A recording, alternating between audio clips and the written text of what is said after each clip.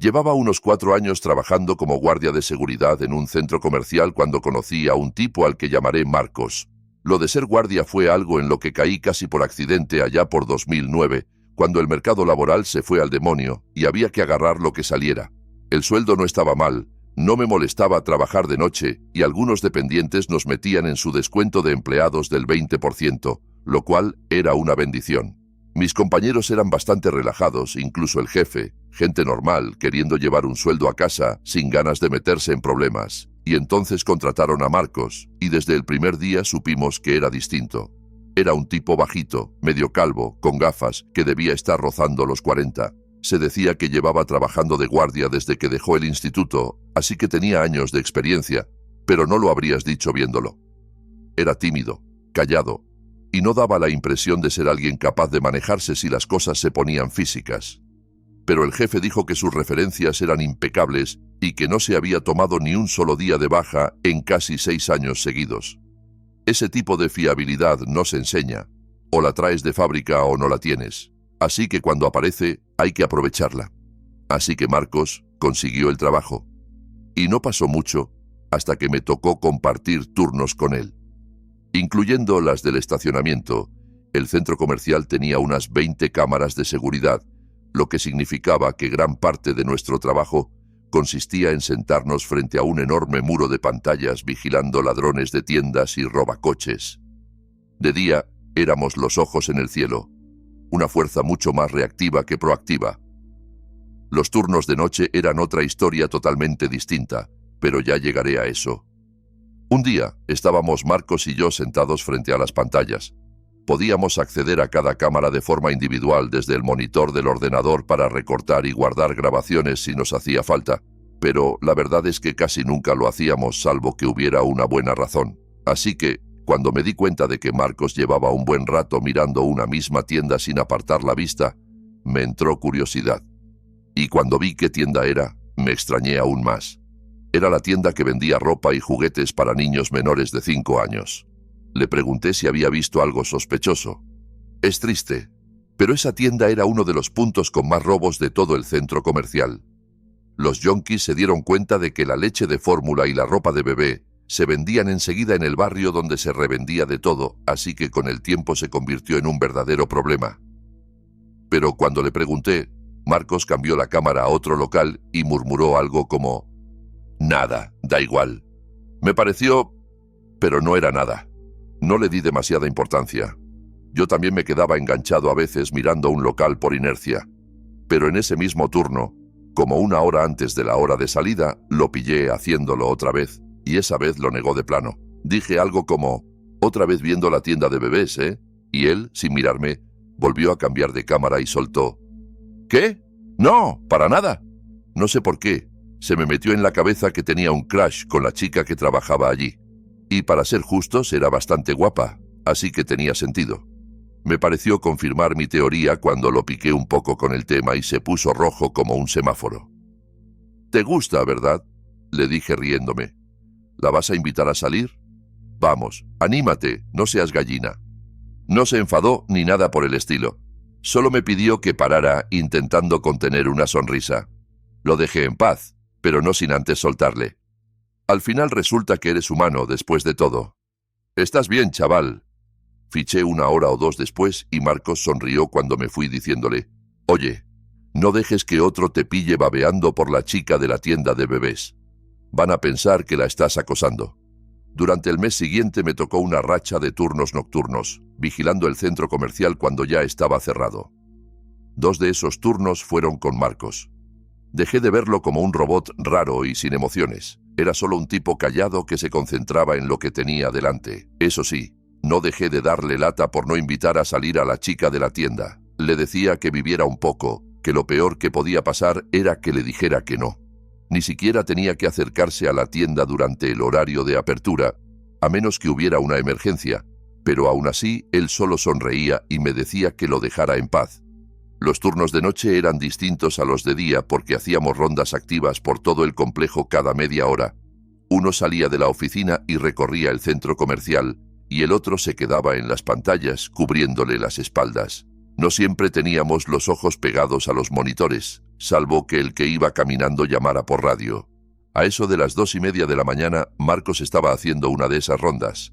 Yo no estaba especialmente atento a las cámaras, hasta que alcé la vista por casualidad y vi que una de las persianas metálicas de una tienda estaba medio levantada. Enseguida agarré la radio.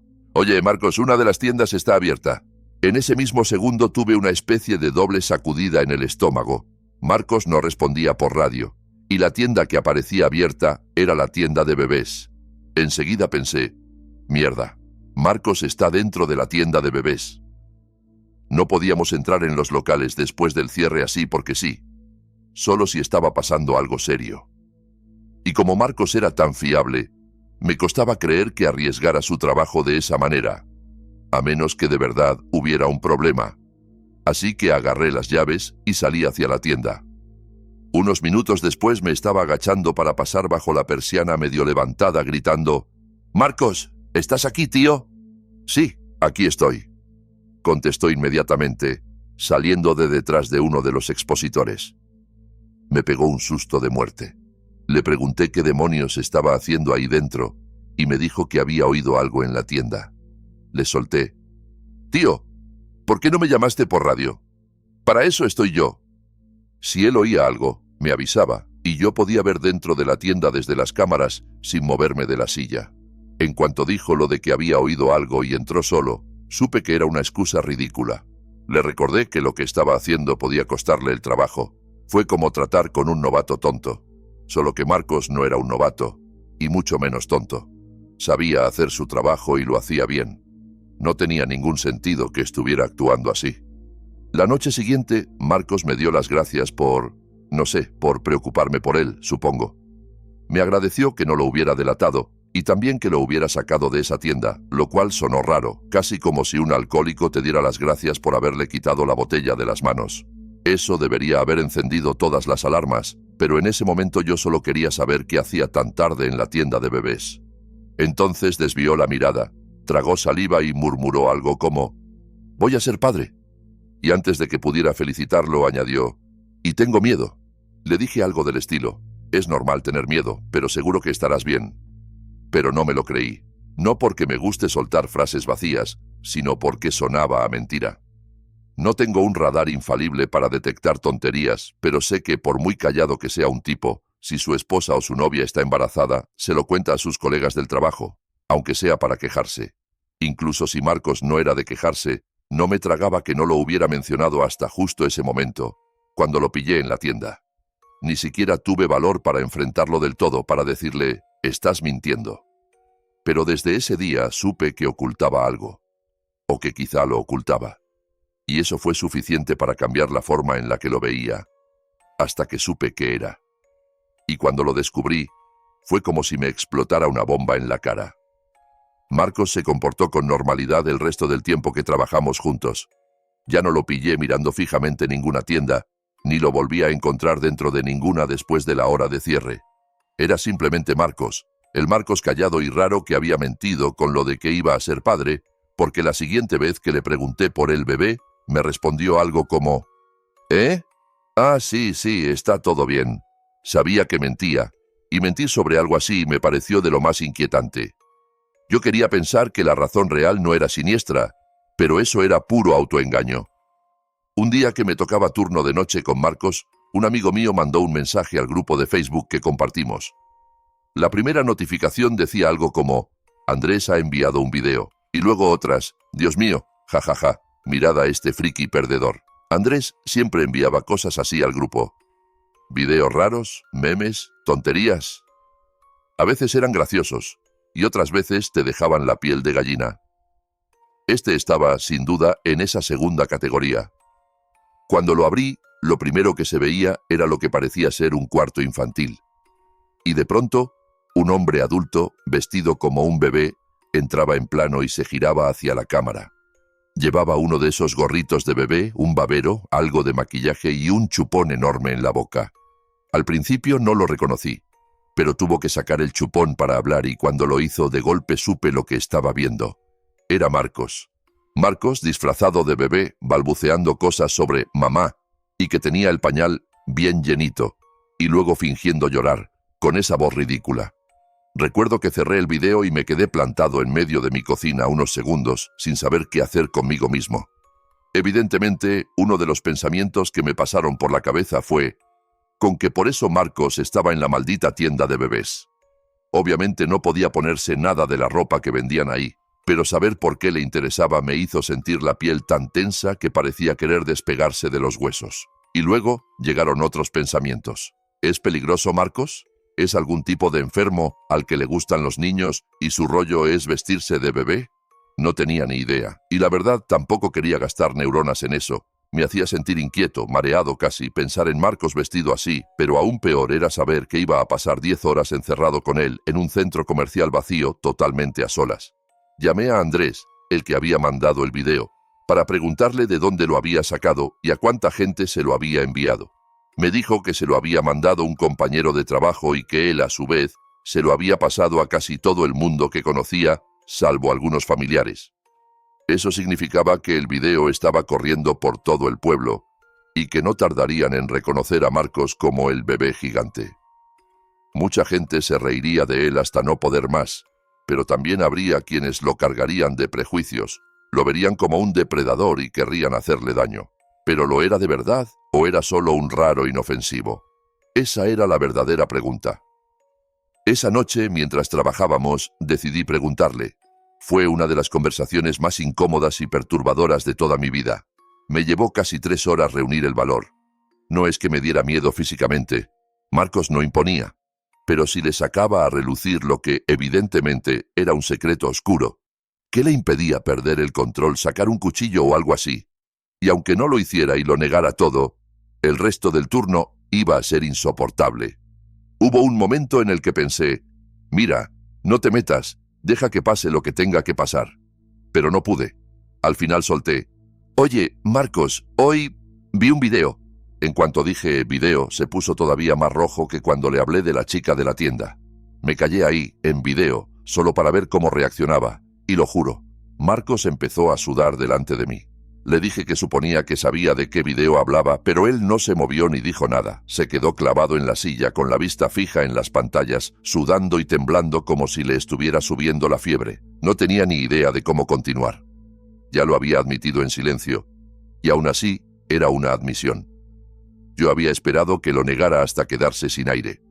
Como ya lo tenía acorralado, fui directo a la pregunta que me importaba de verdad.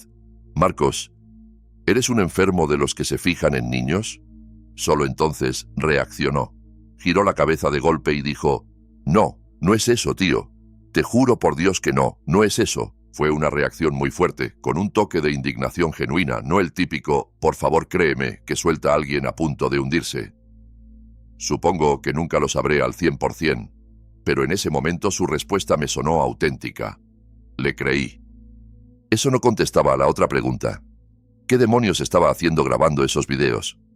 Y por raro que suene, dejé de querer saber el porqué. Podía imaginarme algo, acercarme bastante al motivo, pero saberlo no iba a cambiar nada.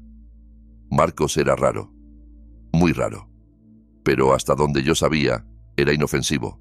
Y además, me caía bien. Eso contaba. Y precisamente porque me caía bien, sabía que no se merecía lo que se le venía encima. Le dije literalmente que se largara del pueblo. Marcos lo sabía también. Sabía que cuando la gente viera ese video y supiera que el tipo que salía era el guardia de seguridad del centro comercial, no solo iba a perder el trabajo, podía terminar apaleado o algo peor. Así que, aunque su historial estuviera limpio y yo creyera de verdad que no era un abusador, lo mejor era que se fuera lejos y empezara de cero. Cuando terminé de soltarle el discurso, Marcos parecía buscar las palabras y de repente rompió a llorar, desconsolado. No paró en un buen rato, y que conste que tampoco sentí una compasión enorme. Subir videos así es una estupidez monumental. Tarde o temprano alguien iba a reconocerlo. Su propia idiotez le había arruinado la vida, o al menos se la iba a arruinar si no se largaba rápido. Esa fue la última vez que vi a Marcos. Al terminar el turno, me dio las gracias por avisarle de que el video se estaba volviendo viral, y me dijo que quizá ya no me lo volvería a encontrar por allí. Le respondí que lo sentía, pero que era lo mejor, que necesitaba empezar de cero en otra parte, y que tenía que arreglar lo que tuviera que arreglar dentro de su cabeza para no volver a subir cosas así a internet. Porque ese tipo de mierda termina poniéndote en peligro o hace que tú mismo te conviertas en el peligro.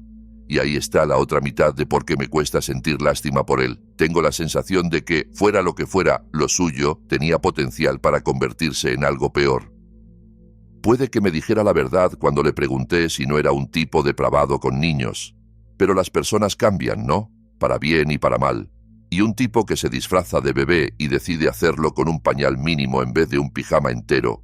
Eso, ¿qué quieres que te diga? Tiene demasiadas posibilidades de ir a peor. Y lo dice un padre de 2 niñas. Marcos ya se había marchado cuando el resto se enteró de los videos. A todos mis compañeros les llegó el enlace, o al menos les hablaron de ellos. Su reputación quedó destrozada en cuestión de días. El jefe dijo que menos mal que se había largado, porque si se hubiera quedado, lo habría echado de inmediato. Hubo mucho odio hacia Marcos, y lo entiendo. Pero lo único que siento ahora, cuando pienso en él, es miedo. Ojalá esté bien, ojalá haya encontrado a una buena mujer, o un buen hombre, lo que sea, y que se haya tranquilizado, porque la otra opción es que no se haya arreglado y haya empeorado. Y si ha empeorado, quizá un día haga algo horrible a un niño o a un bebé, y entonces sentiré que, en parte, será culpa mía por no haberlo llevado detrás del centro comercial y pegarle un tiro cuando todavía tuve la maldita oportunidad. Si después de escuchar esto crees que ya has visto lo peor que puede ocultar una persona aparentemente normal, será mejor que respires hondo. Lo que viene ahora no tiene nada de fantasmas ni monstruos clásicos, pero se mete en un lugar igual de oscuro. Las obsesiones que convierten a alguien en una amenaza silenciosa, incluso cuando se supone que está ahí para cuidarte. He trabajado en ciencias médicas casi 20 años, sobre todo como técnico de laboratorio, aunque también he sido coordinadora y en algún momento investigadora principal. Hace muchos años trabajé en una pequeña clínica en la zona de Londres. La mayor parte del tiempo hacíamos análisis de sangre y de orina. Teníamos una sala de rayos X y alguna cosa más, pero el 95% del trabajo, semana tras semana, era sangre y orina. Como podrás imaginar, somos extremadamente cuidadosos al manejar las muestras. Seguro que casi ninguno de ustedes ha recibido una llamada tipo: «Hemos perdido la sangre que nos diste. ¿Puedes venir a darnos más?». Y eso es porque ponemos muchísimo cuidado. Así que cuando uno de nuestros enfermeros vino a decirnos que había tirado una muestra, nuestra primera reacción fue preocuparnos por él, no por la sangre. No quiero usar su nombre real, porque revelaría en qué clínica pasó todo esto, así que lo llamaré David. Cuando David dijo que había tirado una muestra, me preocupé pensando que quizá no se encontraba bien. Le pregunté qué había pasado y él respondió que el frasco se le había resbalado de la mano después de sentirse de pronto mareado. Lo mandamos a casa 2 días. Volvió diciendo que se sentía mucho mejor. David era un enfermero excelente, un verdadero activo para la clínica, y queríamos cuidarlo. Así que cuando un par de semanas más tarde volvió a pasar, en esta ocasión con otra muestra, le recomendé que fuese al médico para un chequeo completo. Los mareos pueden ser señal de enfermedades feas, pero tras un examen médico completo le dijeron que no tenía nada. Nos alivió muchísimo. ¿Por qué no habría de ser así? Además, David admitió que ese día había salido de casa sin desayunar, así que terminamos atribuyéndolo a eso. Siguió trabajando con normalidad, hasta que llegó el día en que lo encontré haciendo algo que me dije a mí misma que era imposible, y sentí como si me hubieran arrollado. Confiábamos en David para dejarlo solo con las muestras. No era raro que estuviera en el laboratorio de contención sin que nadie entrara en largos ratos. Así que, cuando abrí la puerta, lo pillé completamente desprevenido justo en el momento en que bajaba un vaso de orina de su boca. Me quedé inmóvil. Él se quedó inmóvil. Luego dejó caer el vaso al suelo y murmuró algo como: «Se me cayó», pero ya era tarde. Lo había visto todo, y era imposible dejar de verlo. David me rogó que no se lo dijera a nadie. Juró que nunca volvería a hacerlo. Incluso me ofreció dinero para que guardara silencio. Pero ¿qué otra cosa podía hacer? Decir que su comportamiento constituía una falta grave sería quedarme muy corta. Sencillamente no podíamos tener a alguien con esas inclinaciones trabajando en la clínica. Ahí se acabó su historia con nosotros. Como podrás imaginar, fue un tema delicado, pero el Consejo Médico General solo estaba interesado en que aquello no llegara a los periódicos. David desapareció, por decirlo así. Para todos, eso estaba bien. El problema se había ido, al menos para nosotros. Para él, no. El protocolo decía que debíamos informar a la policía. David había infringido leyes sobre manejo de material biológico, que cubren desde la sangre hasta las heces. Lo más probable era que no pisara la cárcel. Por ser la primera vez, se hablaba de una multa y una condena suspendida.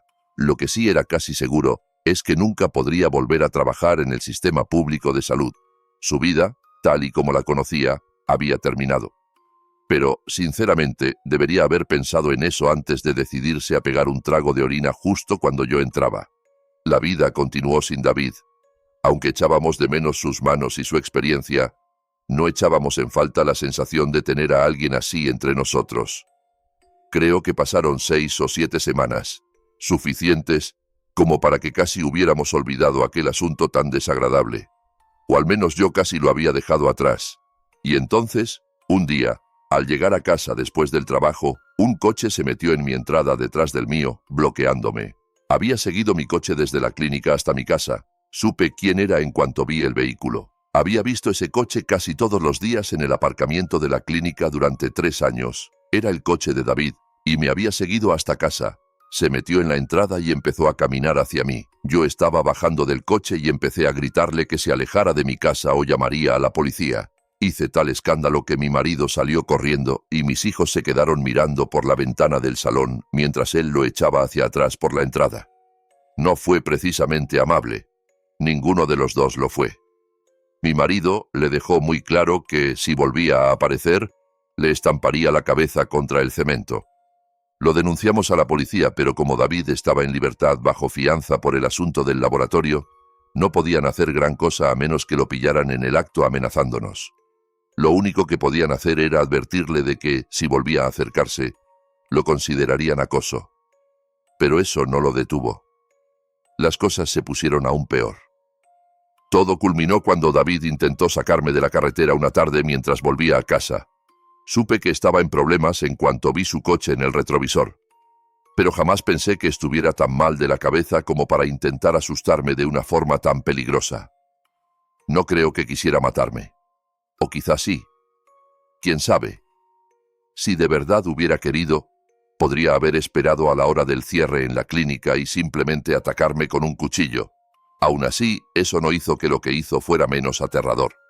Empezó a pegarse a mi coche, a hacer maniobras bruscas, a forzarme hacia el arcén. Finalmente, terminé saliéndome de la carretera y cayendo en una zanja.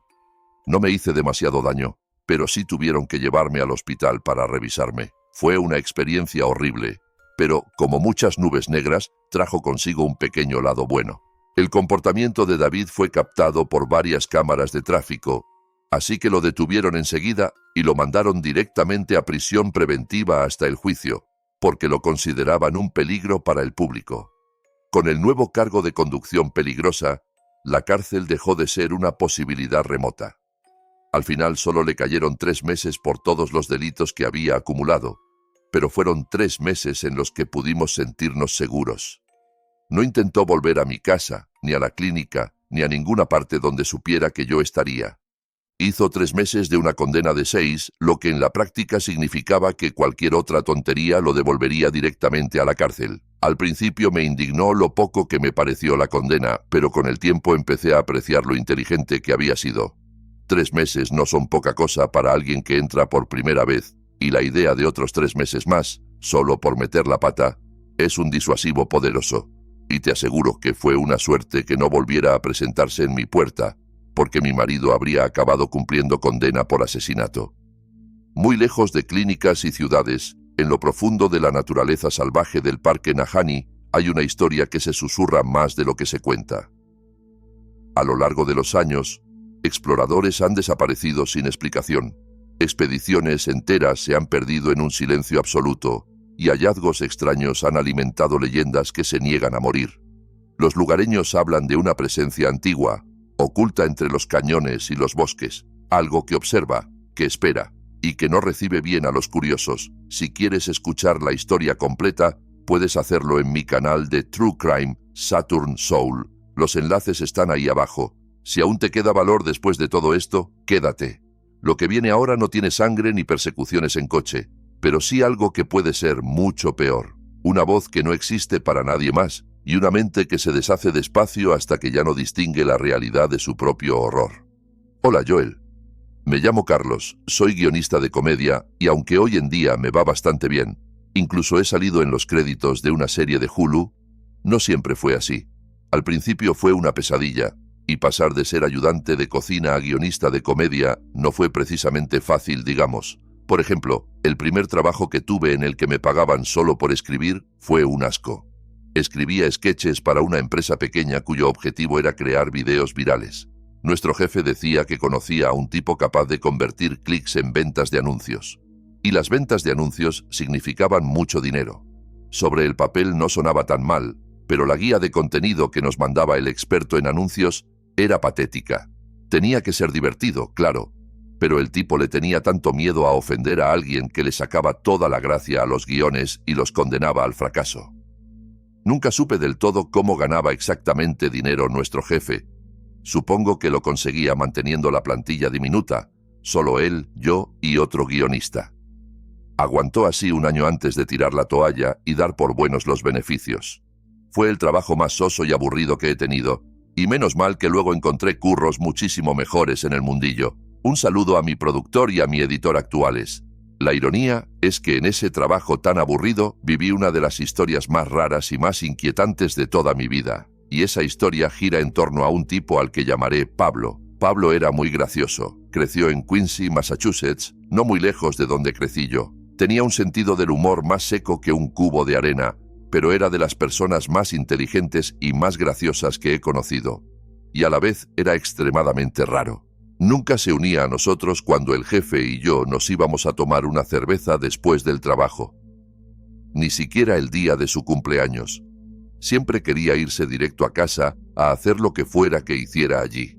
Y de eso sabíamos poco o nada, porque solo daba respuestas monosilábicas a cualquier pregunta sobre su vida personal. Lo único que teníamos claro era que no tenía novia ni esposa, ni hijos. Lo que hacía en ese apartamento suyo era un completo misterio. Ni el jefe ni yo quisimos hurgar demasiado. Era un tipo tranquilo y nos hacía la vida más fácil escribiendo guiones limpios y efectivos. Me daban ganas de empujarlo a buscar una chica porque es verdad que el sentido del humor es un afrodisíaco potentísimo. Pero, como he dicho alguna vez, yo era su compañero, no su abuela, así que me contuve de preguntarle, ¿y tú, hijo, ya conociste a alguna chica buena? Lo dejé estar. Por eso, imagina mi sorpresa cuando una tarde, trabajando en mi oficina, escuché una voz de mujer en la sala común. No salí corriendo a mirar quién era. Simplemente me quedé escuchando unos segundos pensando, ¿en serio Pablo tiene a una chica aquí en la oficina? No quería cortar su rollo, así que no me levanté. Solo me alegré por él, en silencio, pensando, bien por ti, Pablo. Hasta que me acerqué un poco más a la puerta para oír mejor la voz. Y sonaba mayor. No anciana, pero sí bastante más mayor de lo que uno esperaría para Pablo. Cuando las voces se apagaron y escuché pasos volviendo hacia el pasillo de las oficinas, salí a su encuentro para preguntarle quién era la afortunada. Vale, lo admito, lo piqué un poco. ¿Qué pasa, Casanova?, le dije medio en broma. ¿Ya traes a tus conquistas al trabajo? Te mueves rápido, ¿eh? En lugar de sonreír o soltar alguna broma, Pablo me miró serio y dijo, no sé de qué me hablas. Pensé que estaba siendo sarcástico, así que respondí, ¡ja, ja! Muy gracioso. En serio, ¿quién era? Pero me di cuenta pronto de que no estaba bromeando. El tono era completamente plano. Nada de ironía. Ahí fue cuando supe que algo no cuadraba. Lo primero que se me vino a la cabeza fue que estaba engañando a alguien, que tenía pareja y no quería que yo anduviera diciendo nada. Es la única vez en mi vida que he visto a alguien negar con tanta firmeza la existencia de una mujer.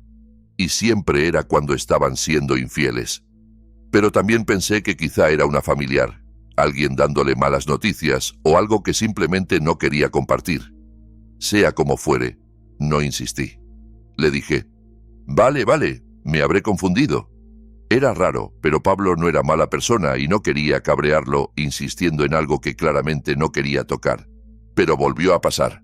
Su oficina estaba justo al lado de la mía, y aunque tuviéramos espacios separados, El jefe se había ahorrado dinero en paredes.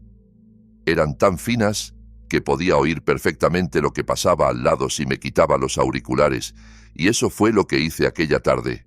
Me quité los cascos y de repente escuché una voz de mujer saliendo de su oficina.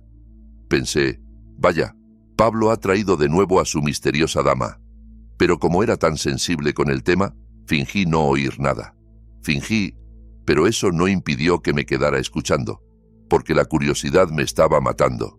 Y en cuanto reconocí que era la misma voz de mujer mayor que había oído la semana anterior, me quedé muy atento. Esta vez no estaban hablando amistosamente. Sonaba más bien como una discusión. Escuchaba a la mujer recriminándole cosas y a Pablo alternando entre un tono que sonaba casi arrepentido y otro claramente a la defensiva. En cierto momento la cosa se puso bastante tensa. Aún así, en lugar de golpear la pared y pedirles que bajaran la voz, seguí escuchando, tratando de entender de qué iba aquello. Después de unos 10 o 15 minutos, se hizo el silencio. Pensé que sería cuestión de segundos que la puerta se abriera, que oyera pasos en el pasillo, alguien saliendo de la oficina. Pero no se oyó nada. Pasó media hora de silencio total, y comprendí que, si de verdad había alguien ahí dentro, seguía allí. Al final, la curiosidad venció. Busqué una excusa, cualquier tontería para acercarme a su oficina, y me preparé mentalmente para no humillarlo si abría la puerta en mal momento. No quería entrar gritando algo tipo, «Lo sabía, te pillé, pillín», porque sabía que se enfadaría de verdad. Así que me planté con cara neutra, llamé a la puerta y esperé. «Adelante», dijo. Entré y solo estaba Pablo. En ese momento pensé que me estaba volviendo loco. Estaba 100% seguro de haber escuchado a una mujer hablando con él. También estaba seguro de no haber oído la puerta ni pasos alejándose. Y cuando dije, bastante serio, «Estoy casi seguro de que había una mujer aquí dentro hace un rato», Pablo volvió a negarlo, y yo me negaba a aceptar su no como respuesta. No era como si fuera a chivarme al jefe, y aunque lo hiciera, no había ninguna norma clara que nos impidiera recibir visitas en el trabajo. No tenía sentido que se empeñara en fingir que no había nadie. Pablo insistió en que estaba solo, y en cierto punto sentí que hablarle era como hablarle a la pared. Me estaba volviendo loco tratando de encajar lo que había oído con lo que estaba viendo. Discutimos un rato, con yo intentando explicarle que no tenía nada de malo que alguien viniera a verlo, y él cada vez más tenso, hasta que, de pronto, estalló. En los 6 o 7 meses que llevábamos trabajando juntos jamás lo había visto así. Se puso rojo como un tomate, se levantó de golpe de la silla y me gritó que me largara de su oficina. Intenté calmarlo, pero solo repetía, «En serio, vete, Carlos, lárgate ya». Lo dijo con una cara que me dejó claro que, si me quedaba, las cosas podían ponerse feas. Así que reculé y me fui. No nos hablamos en un par de horas, hasta casi la hora de salida. Cuando por fin hablamos, le pedí disculpas por presionarlo en algo que él no quería tocar. Pablo no aceptó exactamente la disculpa. Se limitó a mirarme con el mismo gesto irritado de antes. Aún así le dije que lo sentía y que nos veíamos al día siguiente. Lo dejé en paz. Le conté todo al jefe después del trabajo, mientras tomábamos unas cervezas, y los dos coincidimos en que Pablo estaba actuando de forma extraña. Lo más raro de todo era darnos cuenta de que su misteriosa amiga debía haber estado escondida en la oficina cuando llamé a la puerta. Si no la había oído salir, ¿dónde más podía estar? Tal vez, especulamos, me hubiese ido yo detrás. Él habría cerrado la puerta y ella habría salido de puntillas para que no la escuchara. En fin, teorías. Estábamos convencidos de que había algo raro. Pensamos que tal vez su novia tenía muchos años más que él y por eso le daba vergüenza, pero nuestras hipótesis estaban muy lejos de la realidad. Y aunque nos hubieran dado 1000 oportunidades, no habríamos acertado. A la mañana siguiente iba conduciendo al trabajo. Mi ruta habitual incluía un puente, pero esa mañana el puente estaba cerrado. Tuve que dar la vuelta y tomar un desvío, lo que me retrasó unos 15 minutos. Cuando llegué, el jefe estaba en la oficina, pero Pablo no. Le pedí disculpas al jefe por llegar tarde, y de verdad me sabía mal porque el tipo era un buen jefe, a pesar de lo aburrido que era el trabajo. Él dijo, «Parece que todos vamos tarde hoy», y me contó lo que había pasado en el puente. Por lo visto, alguien se había vuelto loco esa misma mañana. Paró el coche en mitad del puente, se bajó y empezó a gritar a los coches de detrás. La policía tuvo que venir y llevárselo, probablemente derechito al psiquiátrico, por lo raro que estaba actuando. Pero ahora, con el coche retirado, el tráfico volvía a fluir. Pensamos que Pablo habría quedado atrapado en el atasco y que tal vez aparecería en cualquier momento. No apareció, ni ese día ni el siguiente. El jefe llamó a su móvil varias veces. Al principio no nos preocupamos, no sería la primera vez que alguien se pusiera enfermo de golpe. Pero conforme pasaban las horas y luego los días, empezó a crecer una sensación fea en el estómago. No contestaba al fijo de casa, ni al móvil. Y con ese tipo que había enloquecido en el puente y que se habían llevado los polis, empezamos a preguntarnos si no serían la misma persona. Seguro que muchos de los que escuchan esto ya lo han atado todo. Sí, resultó que el hombre que se volvió loco en el puente aquella mañana era Pablo. Y aunque eso, en sí mismo, es terrible y muy triste, de verdad espero que ahora esté mejor. Esa no era la parte realmente perturbadora. Nuestro jefe conocía a alguien, prefiero no dar detalles porque el hombre podría meterse en un buen lío, que trabajaba en el hospital psiquiátrico donde terminaron llevándose a Pablo. Y esa persona le contó parte de la historia. Pablo había tenido una crisis nerviosa completa en el puente. Después de bloquear el tráfico, gritaba a los conductores que llamaran a la policía. Cuando llegaron los agentes, fueron los primeros en escuchar algo que Pablo repetiría una y otra vez en el hospital. Insistía en que tenían que llevarlo a la cárcel de inmediato, porque acababa de matar a su madre y habérsela comido. Antes de que te asustes del todo, no la había comido, ni siquiera le había hecho daño. De hecho, no podía hacérselo, porque llevaba años muerta. Pero los policías no sabían eso todavía. Así que cuando él juró por todo lo sagrado que acababa de meter la cabeza de su madre en el horno y cocinarla, los agentes fueron a su casa para comprobar si era cierto. Lo que encontraron fue una cabeza asada. Sí, pero era la de un cerdo. Por la forma en que estaba, apenas tocada, se dieron cuenta a simple vista de que no era humana. Ni siquiera hizo falta mandar muestras a análisis. El doctor del psiquiátrico le dijo a Pablo que no había matado a nadie, que todo estaba en su cabeza.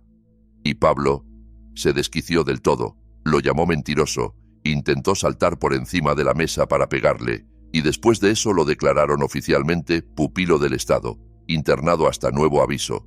Tengo un primo que estuvo internado de manera obligatoria en un psiquiátrico.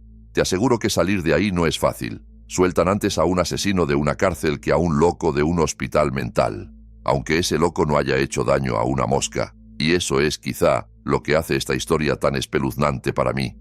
Que alguien tan aparentemente normal como Pablo se rompiera por dentro de tal manera que acabara convencido de haber matado y devorado a su propia madre. Esa voz de mujer que yo escuché en la pared. Esa discusión con alguien que no estaba allí. Ahora sé muy bien con quién creía estar hablando. Pablo, si de algún modo llegas a oír esto, te echo de menos, amigo. Y de verdad espero que estés mejor. A veces los monstruos no vienen del bosque ni de ningún parque maldito. A veces están en la habitación de al lado, se sientan contigo a tomar café, te piden que les pases la sal. Y mientras tú crees conocerlos, hay algo en ellos que mira a los demás como presas. La siguiente historia trata de eso, de alguien que parecía solo un tipo raro, hasta que lo encontraron donde ningún desconocido debería estar. Hola Joel. Me llamo Luis, soy del noreste del Reino Unido, y mi yerno y mi hija son grandes fans de tu programa. Te escuchan mucho en el coche y me recuerdas a un programa de radio que teníamos aquí hace años, Fear on 4, solo que en versión americana. Me encantaba escucharlo en la radio cuando era un crío, eran todo historias de fantasmas. Mi hija me dijo que tus relatos vienen de oyentes, así que, con eso en mente, aquí va uno de mis días como conserje de hotel que nunca he olvidado, y que jamás olvidaré. Era a finales de los 90, justo antes de las vacaciones de verano, cuando el hotel en el que trabajaba perdió a varios miembros importantes del personal. Nuestra recepcionista se fue de baja por maternidad. Nos alegramos por ella, claro, pero era excepcional en su trabajo y su ausencia se notó. Además, perdimos a 2 de los camareros más experimentados, uno de ellos de forma repentina por un problema cardíaco que no le habían diagnosticado. En una gran cadena hotelera aquello no habría sido un drama, pero nosotros éramos un hotel boutique pequeño, con apenas una docena de empleados de cara al público. Cada baja dolía.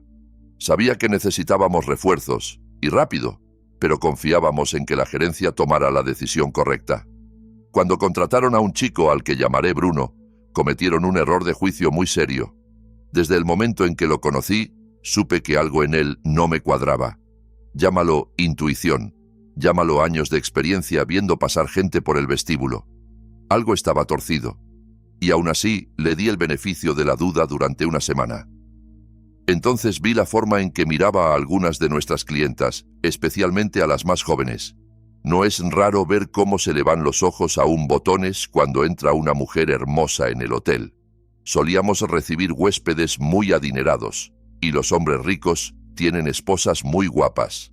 Pero cuando vi esa misma mirada en los ojos de Bruno, dirigida a la hija de 11 años de una huésped, supe que era una muy mala señal.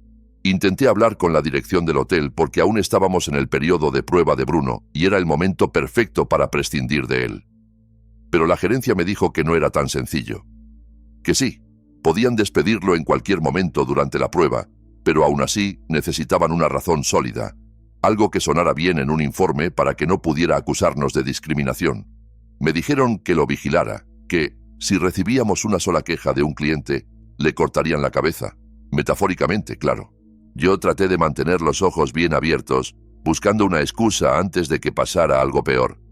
Pero al final, la persona a la que había que proteger era Bruno. Una noche de mediados de octubre, cuando los días empezaban a acortarse y el aire a volverse frío, Bruno estaba de turno hasta las 11. Su turno transcurrió sin incidentes, y luego se fue al cuarto del personal a fichar la salida y cambiarse de zapatos. Siempre dejaba sus zapatos de vestir en el cuarto y se volvía a casa con zapatillas deportivas. Lo entendíamos. Sus zapatos de trabajo olían que apestaban. Normalmente eso le tomaba unos minutos y luego reaparecía en el vestíbulo para salir por la puerta principal. Aquella noche no reapareció. No estaba prohibido quedarse un rato en el cuarto del personal después del turno. No era ningún delito. Pero tras 10 o 15 minutos sin verlo salir, empecé a preguntarme qué estaba haciendo. Pasaron unos minutos más y empecé a sentir un nudo en el estómago, esa sensación que se hace cada vez más pesada. No podía quitarme de la cabeza que Bruno estaba tramando algo. Le dije a la recepcionista de noche que iba a ir a echar un ojo. Ni bien di un paso hacia el pasillo que conducía a las escaleras, Bruno apareció, tambaleándose en dirección contraria y con la camisa empapada de sangre. Todo el desprecio que sentía por él se evaporó de golpe. Parecía aterrorizado, con los ojos enormes, blancos y marrones a la vez, el tipo de mirada que grita peligro. En cuanto me acerqué, me di cuenta de que tenía la nariz destrozada, literalmente aplastada contra la cara como si se la hubieran pasado por una rueda. Apenas podía mantenerse en pie, se balanceaba y cuando se acercó más murmuró: «Ayúdeme. Por favor, Luis, ayúdeme». Lo llevé al despacho que teníamos detrás de recepción. Le di un buen montón de papel azul industrial para que se lo apretara contra la nariz y dejara de perder tanta sangre, y le dije a la recepcionista, que estaba al borde del ataque de pánico, que llamara al 999 y pidiera tanto a la policía como a una ambulancia. Le preguntaba una y otra vez qué había pasado, porque necesitaba saber si los demás, huéspedes incluidos, corrían peligro. Pero lo único coherente que salía de su boca era: «No deje que me encuentre. No deje que me mate». «¿Quién, Bruno?», le repetía. «¿Quién te ha atacado? ¿Dónde has ido?». Él solo gemía detrás del montón de papel azul, sin decir nada útil. Esos minutos se me hicieron eternos. Estaba convencido de que, en cualquier momento, un loco con un martillo iba a doblar la esquina del pasillo y a empezar a destrozarlo todo. Salí al vestíbulo para que la recepcionista no se sintiera sola, y justo entonces apareció un hombre descalzo, en pantalón corto y camiseta, gritando: «¿Dónde está?». No soy tonto. Supe al instante que ese hombre había sido quien le había dado la paliza a Bruno. Durante un momento, brevísimo, pensé que todavía cabía la posibilidad de que Bruno no se lo mereciera, que fuera solo un encuentro desafortunado con un psicópata. Bruno era un cerdo, sí, pero eso no lo descartaba como víctima. Pero, como estoy seguro de que ya estás imaginando, El hombre en pantalón corto no era ningún psicópata violento. Y Bruno, desde luego, sí que se merecía cada golpe. Tardamos un par de minutos en calmar a aquel padre furioso. Tenía que dejar de exigir saber dónde estaba Bruno y empezar a explicar por qué lo buscaba. Solo teníamos 12 habitaciones en el hotel. Nuestro lema era más bien baja ocupación, alta calidad. 4 habitaciones individuales, 5 dobles y 3 familiares. Las 10, 11 y 12. Las habitaciones familiares consistían en un dormitorio grande para adultos, con televisión, una pequeña sala de estar y una mesita, y luego un dormitorio más pequeño para los niños. Por normativa de seguridad contra incendios, ambas habitaciones tenían puerta a la misma planta. Así que, por ejemplo, teníamos la 12 y la 12B, que era el cuarto de los críos. Eso permitía a los padres revisar a sus hijos con facilidad, sin tener que pasar por su habitación propia. Aquella noche, justo antes de meterse en la cama, el padre decidió echar un vistazo a sus 2 hijas, que estaban en la 11B, niñas en edad de primaria. Abrió la puerta, casi sin encender la luz, y se encontró a Bruno de pie en la oscuridad, mirando a sus niñas mientras dormían. Bruno no tenía ninguna razón profesional para estar allí. No había solicitado ningún servicio el cliente, no había llamada desde la habitación, nada. Solo estaba de pie, en silencio, en un cuarto de hotel ajeno, mirando a 2 niñas dormidas. En cuanto el padre se dio cuenta de que Bruno no estaba allí por motivos de trabajo, que nadie lo había llamado, que no tenía nada que hacer junto a la cama de sus hijas, se volvió loco. Y francamente, ¿quién no lo haría? Le soltó una paliza tan brutal que casi le destroza la cara. Y lo más surrealista vino después. Una vez que conseguimos contener al padre, literalmente agarrándolo entre 2 para que no siguiera golpeando a Bruno. Él mismo exigió que llamáramos a la policía. Lo hicimos. Revisaron las cámaras del pasillo, vieron a Bruno entrar en la habitación de las niñas sin razón alguna, y vieron al padre entrar tras él y segundos después comenzar la agresión. Y siguiendo la letra de la ley, arrestaron al padre por agresión y lesiones graves. A Bruno no podían acusarlo de nada penal. No había tocado a las niñas, no las había amenazado. Solo estaba de pie en una habitación con 2 menores. Eso bastaba para despedirlo de inmediato, sí, pero no para llevarlo esposado.